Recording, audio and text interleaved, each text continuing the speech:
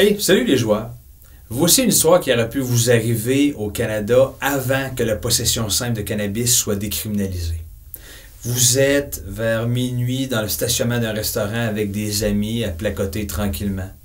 Un de vos amis décide de rouler un joint, de le fumer et de quitter. 10 minutes par la suite, les policiers arrivent et sentent l'odeur de cannabis brûlé. Les policiers décident de détenir tout le monde pour faire une enquête.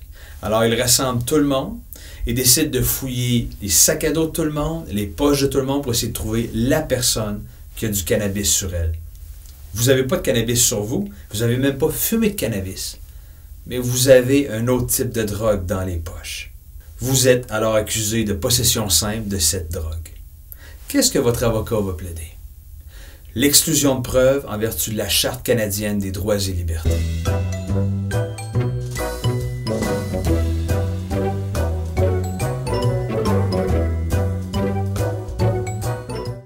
On ne veut pas que les policiers puissent rentrer chez vous parce qu'ils en ont envie. On ne veut pas non plus que les policiers décident de fouiller tout le monde sur la rue parce qu'ils en ont envie non plus. Les Canadiens ont des droits et libertés fondamentales qui les protègent contre ces agissements abusifs-là ou arbitraires. Voici quelques droits prévus dans cette Charte des droits. L'article 8 prévoit qu'un policier ne peut pas vous fouiller de manière arbitraire pendant que vous êtes détenu ou arrêté. L'article 9 prévoit que vous ne pouvez pas être arrêté de manière arbitraire ou de manière abusive. Démêlons deux pouvoirs du policier, l'arrestation et la détention. Le policier a le droit de vous arrêter s'il y a ce qu'on appelle des motifs raisonnables de croire que vous avez commis une infraction. Les motifs raisonnables peuvent venir de deux situations. Soit on vous prend en flagrant délit, soit il y a une accumulation de preuves qui fait en sorte que le policier considère qu'il y a des motifs raisonnables. Prenons l'exemple suivant. Si la police arrive sur les lieux, après avoir été appelée, donc elle n'a pas vu le crime, mais elle trouve une personne inconsciente avec le visage ensanglanté, et qu'elle trouve une autre personne avec le poing ensanglanté, c'est sûr qu'à ce moment-là, le policier n'a pas vu le geste être posé. Mais il y a une certaine accumulation de preuves qui fait en sorte que le policier obtient des motifs raisonnables de croire que vous avez commis des voies de fait sur cette autre personne-là. La police va donc pouvoir vous arrêter à ce moment-là. De l'autre côté, on retrouve le flagrant délit. Si la police arrive sur les lieux après un appel pour un vol potentiel et vous trouve en train de sortir la télévision d'une fenêtre cassée, c'est sûr que vous allez être accusé de vol, vous êtes pris en flagrant délit à ce moment-là. Donc, si la police vous trouve en flagrant délit ou obtient des motifs raisonnables par accumulation de preuves, à ce moment-là, elle peut vous procéder à votre arrestation. De l'autre côté, si la police n'a pas des motifs raisonnables de croire que vous avez commis une infraction, elle peut vous détenir. Elle peut vous détenir pour fin d'enquête, mais c'est une enquête qui doit être très limitée dans le temps. Ce ne sera pas très long, elle peut vous poser quelques questions. Je fais une parenthèse pour rappeler à tout le monde que lorsque la police vous interroge, sauf pour donner votre nom et donner votre adresse, vous n'avez jamais l'obligation de répondre. Donc, si la police a des motifs raisonnables, elle procède à votre arrestation. Si elle a des soupçons, à ce moment-là, elle n'a pas de motif raisonnable, elle peut procéder à votre détention. Maintenant, la question qui se pose souvent, c'est est-ce que la police peut vous fouiller ou non? Démêlons les deux pouvoirs des policiers, dans le cas de la détention et dans le cas de l'arrestation. Il existe deux pouvoirs de fouille du policier. Premièrement, il y a la fouille pour découvrir des éléments de preuve. Et la deuxième fouille, c'est la fouille sommaire pour s'assurer que le policier est en sécurité pendant son enquête.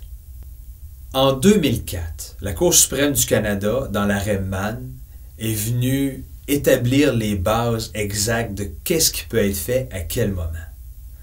Si vous êtes en état de détention, parce que la police ne peut pas vous arrêter parce qu'elle a seulement des soupçons, la police à ce moment-là peut faire une fouille sommaire pour s'assurer de sa sécurité. Souvent, on va appeler ça la fouille par palpation.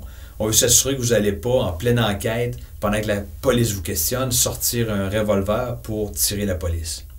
De l'autre côté, si vous êtes en état d'arrestation, la police peut vous fouiller pour trouver sur vous des preuves liées au crime pour lequel vous êtes arrêté. Donc, en résumé, soupçon égale détention, détention égale fouille sommaire. Motif raisonnable égale arrestation, arrestation égale fouille complète. Mais revenons à notre exemple du début où les policiers retrouvent des jeunes dans un stationnement alors qu'il y a une odeur de cannabis fraîchement brûlé. Les policiers qui arrivent et sentent une odeur de cannabis n'ont pas de motif raisonnable pour croire que c'est une de ces personnes-là qui a la drogue sur elle ou même qui en a encore sur elle. Donc, ils ne peuvent pas procéder à une arrestation. Les personnes autour sont donc en état de détention. Avec ce que je vous ai expliqué, puisque les personnes étaient en état de détention et non pas d'arrestation, ce que la police pouvait faire, c'était une fouille sommaire pour s'assurer de sa sécurité et non pas une fouille pour tenter de trouver les preuves.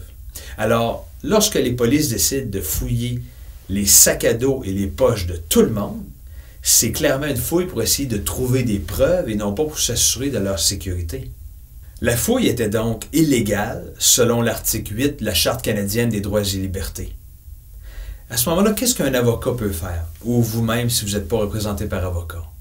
L'article 24 de la Charte canadienne des droits et libertés prévoit qu'il peut y avoir une requête en exclusion de preuve lorsqu'une preuve est obtenue lors d'une violation d'un droit et libertés prévu par la Charte. Donc, dans notre cas, on a eu une détention, et non pas une arrestation, qui a mené à une fouille pour obtenir des preuves et non pas seulement une fouille pour s'assurer de sa sécurité.